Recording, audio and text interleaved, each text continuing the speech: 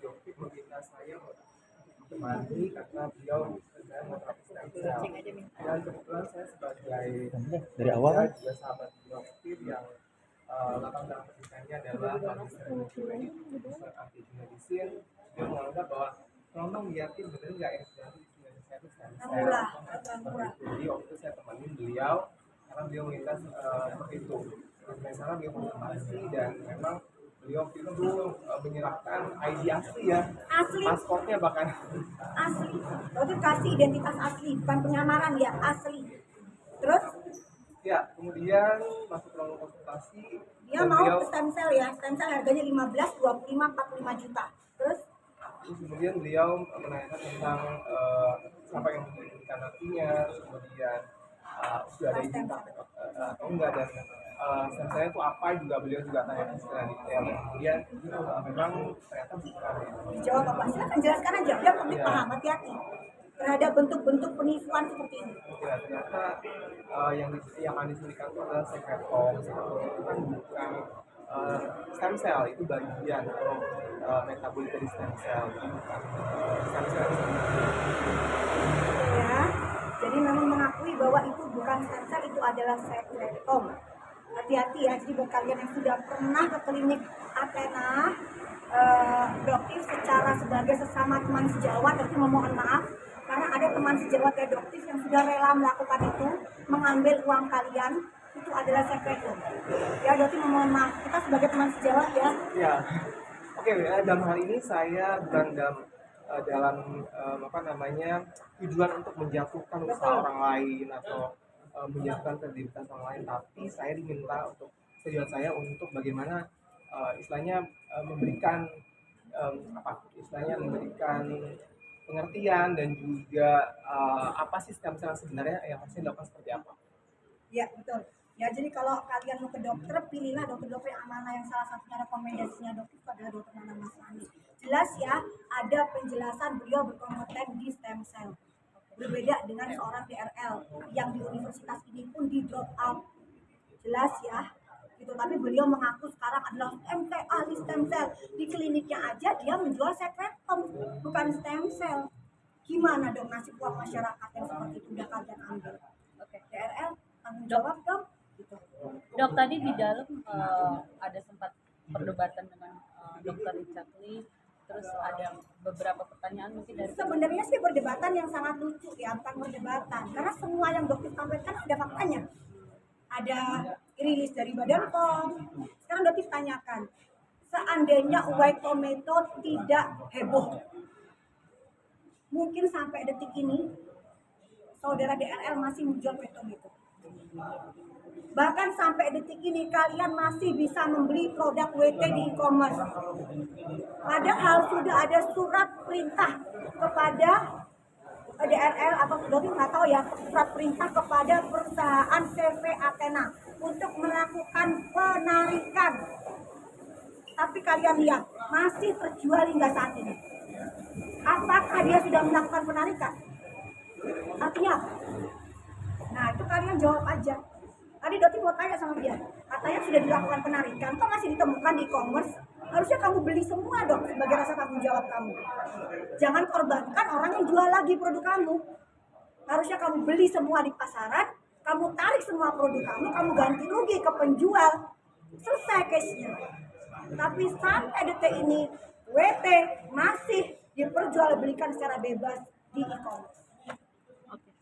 Oke ya, jadi dari mohon sudahlah DRL, ya jangan, sudah, kamu ini namanya kamu sudah hancur. Kenapa? Karena fakta yang dokter tampilkan. Tadi ditanyakan juga, apakah seorang dokter disponsori? Dokter Nana, dokter mohon maaf, tadi dokter sampaikan nama dokter Nana di situ.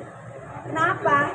DRL pernah merepost VT yang mengatakan bahwa Doktif disponsori oleh SP dan KM. Dugaannya Doktif adalah Sandi Purnamasari dan Kemala. Doktif tidak mengenal mereka, kenalnya aja baru di pengadilannya si Sahrul. Jadi saya bilang itu fitnah Bapak pimpinan. Jadi semua yang saya keluarkan dari dana pribadi saya. Nah, terus itu juga ada pertanyaan, menyecarnya kok ke DRL terus, emang ada dendam apa sih gitu. Nah, DRL tidak bisa menjawab, silakan aja tanyakan ke dokter Samira. Oke, jadi di sini dokter tegaskan ya, dia bilang kenapa kok menyerang personal tentang sunat dan lain sebagainya. Di situ dokter jelaskan, jangan lupa DRL, kamulah yang menyerang persona dokter duluan. Kamu yang mengatakan dokter diceraikan oleh pasangannya dokter dikatakan mandul lah, anak buah dari HS lah, dokter dan bla blanya, kan kamu duluan. Gitu.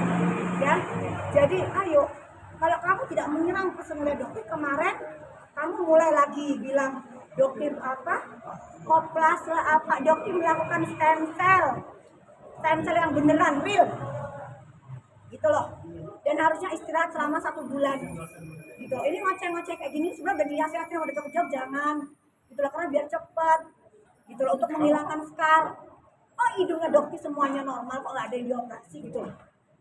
Kok bisa kamu bikin lagi giringan lagi? Udah cukup. Udah, kamu fokus ke kasus kamu. Itu sarannya dokter. Ya, sebentar lagi dokter kan juga melaporkan atas unggahan dia yang memfitnah dokter tentang Afizal, anak buahnya. Ya, dokter pun melaporkan kamu. Karena itu jelas fitnah. Fitnah itu keji loh. DRL dan kawan-kawan yang ikut SS. Kamu perbaiki. Tobat.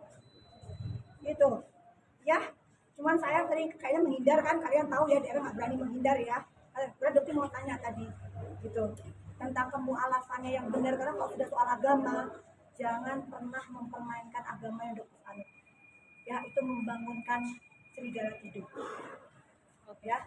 Oke guys ya, mungkin ada pesan dari Bapak Adi, silakan. Dari pengacara.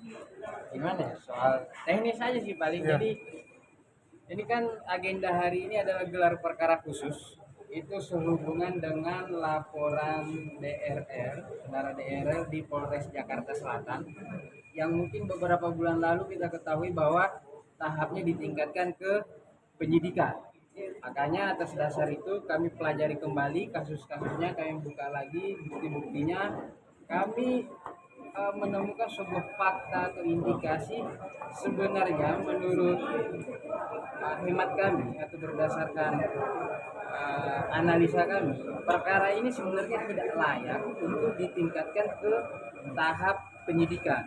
Namun itu sudah ditingkatkan ke tahap penyidikan, kemudian dengan adanya penyidikan, penyidik itu dibekali dengan kewenangan untuk melakukan upaya paksa, misalnya penyitaan. Nah itu terjadi, itu direalisasikan oleh penyidik. Ada penyitaan terhadap dokumen elektronik, seperti diketahui akun TikTok, ada penyitaan terhadap handphone yang sama sekali tidak memiliki hubungan dengan tindak pidana yang diselidiki. Maka dari situ ada dugaan pelanggaran hukum. Makanya sebagai warga negara kami melaporkan hal tersebut ke Biro Pengawasan Penyidikan. Disinilah tempatnya.